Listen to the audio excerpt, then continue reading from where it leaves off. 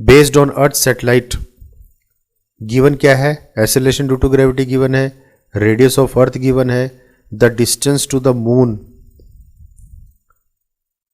ये distance given है, and the time period of the moon's revolution, तो moon का टाइम पीरियड अपने को गिवन है भाई 27.3 दिन में एक चक्कर पूरा करता है मून अर्थ के चारों तरफ। निकालना क्या है, obtain the mass of the earth, earth का मास अपने को यहाँ पे कैलकुलेट करना है, बाकी सारी चीज़ें गिवन है।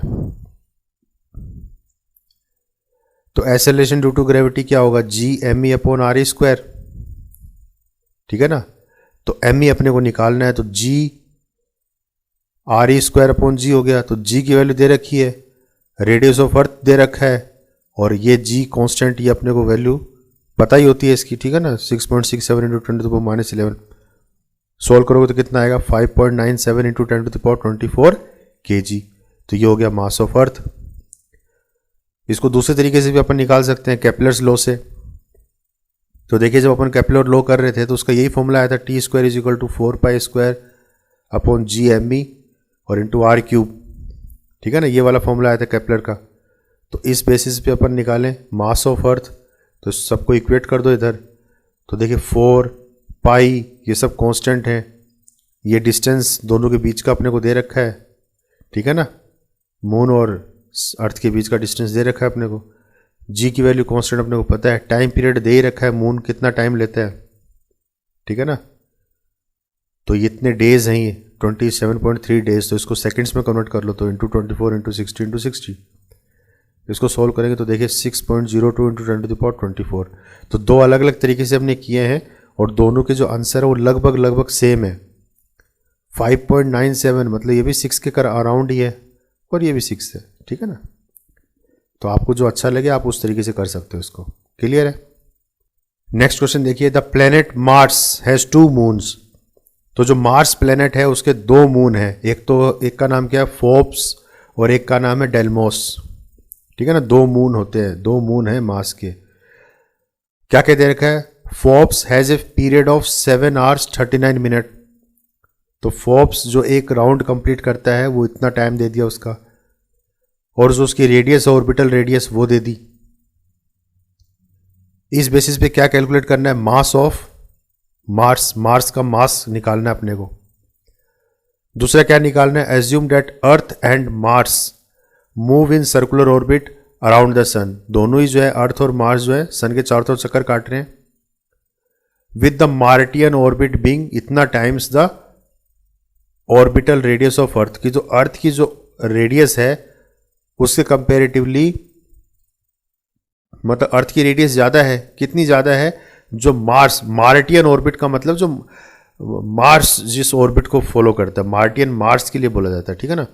तो मार्स जिस ऑर्बिट पे रोटेट कर रहा है, मतलब मान लीजिए ये आपका सन है और इसके चारों तरफ ये मार्स अपना रोटेट कर रहा है, ठीक है ना। तो ये जो रेडियस है, अर्थ दूर होगा इससे, ठीक है ना। अर्थ मान लीजिए यहां चल रहा है, तो ये जो अर्थ के साथ रेडियस आएगी तो ये इस रेडियस का 3 मतलब 1.52 टाइम्स ज्यादा है, ये इतनी बड़ी है ये, ठीक है ना। तो ये दे रखा है। What is the length of the Martian year in days.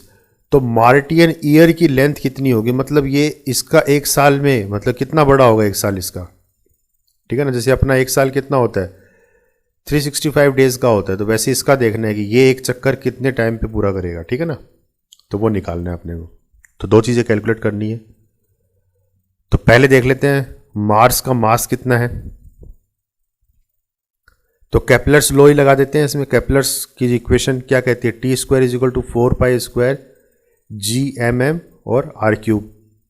तो इसमें अपने को ये निकालना है, तो बाकी सबको इक्वेट कर लो उधर राइट साइड में ले जाओ, ठीक है ना। तो 4 पाई की वैल्यू होती है 3.14, इसका स्क्वायर। जी की वैल्यू अपने को पता ही है 6.67 इंटू 10⁻11, और रेडियस, तो रेडियस किसकी रेडियस है, ये फोर्ब की रेडियस है, जो मास के चारों तरफ ये जो मून घूम रहा है उसका।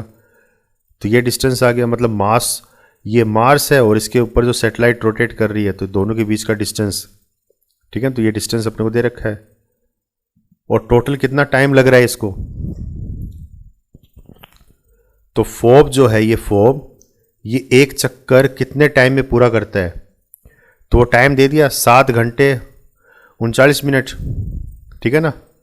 तो इसको कन्वर्ट कर लो आप, किस में? सेकंड्स में कन्वर्ट करना है इसको। तो सेकंड्स में कैसे कन्वर्ट करोगे? तो 7 आवर्स इंटू 60, तो ये तो हो गया मिनट, और प्लस 39 मिनट, तो ये टोटल मिनट आ गई 459, तो ये तो मिनट आ गई, और इसको मिनट को इंटू 60 कर देंगे तो क्या हो जाएगा? सेकंड्स हो जाएंगी। तो ये सेकंड्स में कन्वर्ट कर दिया। इस पूरे को सोल्व करेंगे तो ये आएगी वैल्यू। तो ये क्या आ गई हमारे पास? मास ऑफ मार्स, मार्स का मास आ गया है, ठीक है ना। फिर क्या निकालना है? टाइम पीरियड निकालना है। तो टाइम पीरियड क्या होता है? इसी हिसाब से देखो कि time square as per Kepler's law, T square is directly proportional to R cube होता है कि नहीं होता? तो अब इसको रेशियो में ले लेते हैं। टाइम पीरियड ऑफ, क्योंकि कंपेयर कर रखा है ना इसने, मार्स और अर्थ को कंपेयर कर रखा है, तो उसी हिसाब से अपने को भी कंपेयर करना पड़ेगा। तो टाइम पीरियड ऑफ मार्स, इसको कंपेयर करो टाइम पीरियड ऑफ अर्थ, ठीक है ना। तो ऐसी रेडियस ऑफ मार्स और रेडियस ऑफ अर्थ, ठीक है ना। तो इसको ऐसे लिख सकते हैं अपन, ठीक है ना। मैथ्स में, मैथमेटिकल टर्म में इसको ऐसे लिखा जा सकता है। तो यहां पे अपने को टाइम पीरियड ऑफ मार्स चाहिए, तो बाकी सबको इधर इक्वेट कर लो। तो अब ये क्या कह रहा है कि रेडियस ऑफ मार्स की जो रेडियस है, रेडियस ऑफ मार्स जो है वो कितनी है? 1.52 टाइम्स रेडियस ऑफ अर्थ है। तो आर एम की जगह अपन ये लिख सकते हैं 1.52 आर ई। तो आर ई से आर ई कट जाएगा और 1.52 का होल क्यूब आ गया, और इनटू ये क्या है? Time period of earth. तो अर्थ कितने टाइम में एक चक्कर पूरा करती है? तो 365 डेज ही हैं, तो इससे इनटू करेंगे। तो ये टी एम स्क्वायर था, तो स्क्वायर हटेगा तो इसके ऊपर आ गया रूट। तो रूट जब सोल्व करेंगे तो कितना आएगा? 684 डेज, मतलब 684 डेज में एक चक्कर पूरा करता है वो। नेक्स्ट क्वेश्चन देखिए, ए 400 kg सैटेलाइट, तो एक सैटेलाइट है जिसका वजन दे दिया अपने को कितना? 400 kg। तो ये अर्थ है और ये सैटेलाइट है जिसका वजन अपने को दे दिया 400 kg। Is in A circular orbit of radius twice of are E. तो इस ये जितनी दूरी पे, कितनी दूरी है इसकी? ट्वाइस ऑफ आर ई, मतलब रेडियस, अर्थ की जो रेडियस है उसका ट्वाइस है, ठीक है ना। तो ट्वाइस ऑफ आर ई है ये। तो इसको ऐसे समझो कि यहां तक तो हो गया आर ई, और यहां पे फिर हो गया आर ई, तो R E plus R E मतलब ट्वाइस ऑफ आर ई हो गया, ठीक है नहीं। How much energy is required to transfer it to a circular orbit of radius 4 R E. तो ये इस रेडियस पे ऑर्बिट कर रही है सैटेलाइट। अब ये कह रहा है कि हमें इसको शिफ्ट करना है, कितने पे शिफ्ट करना है? 4 टाइम्स आर ई पे शिफ्ट करना है इसको, मतलब इस रेडियस का डबल पे लेके जाना है इसको। तो इस ऑर्बिट पे लेके जाएंगे तो कितनी एनर्जी प्रोवाइड करनी पड़ेगी सैटेलाइट को कि ये यहां से शिफ्ट होकर इस रेडियस पे आ जाए, इस आउटर रेडियस पे। तो कितनी एनर्जी इसको देनी पड़ेगी वो हमें निकालनी है। दूसरा क्या निकालना है? What are the changes in the kinetic energy and potential energy. तो दोनों एनर्जीज में क्या चेंजेस आएगा वो हमें बताना है। रेडियस ऑफ अर्थ हमें दे रखी है। तो इनिशियली टोटल एनर्जी क्या होती है? टोटल एनर्जी का एक्सप्रेशन हम पीछे निकाल चुके हैं, -GME_m/2, ठीक है ना। और RE2 और R है ये, तो R कौन सा डिस्टेंस है? अर्थ और सैटेलाइट के बीच का डिस्टेंस है R। तो ये कितना है? ट्वाइस ऑफ R है, ये R है, ठीक है ना, R फैक्टर है ये। तो जब सैटेलाइट इस ऑर्बिट में थी तब तो एनर्जी ये आएगी, और जब ये सैटेलाइट इस ऑर्बिट में आ जाएगी बाहर वाले में, तब इसकी एनर्जी क्या हो जाएगी? Total energy.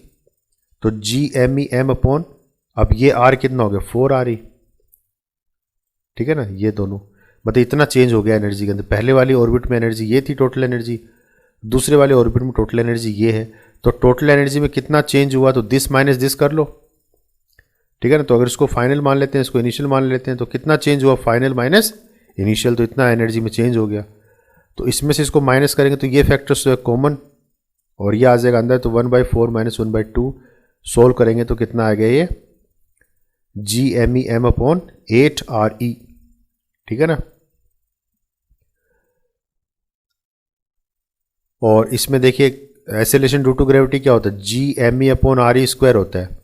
तो G M E upon R E है, तो इसको एक काम करो, आर ई से इंटू कर दो और डिवाइड कर दो, ठीक है ना। तो ये क्या बन जाएगा, G M E upon R E square. तो यहाँ पे अपन जी लगा सकते हैं, acceleration due to gravity into R E into M और अपॉन 8।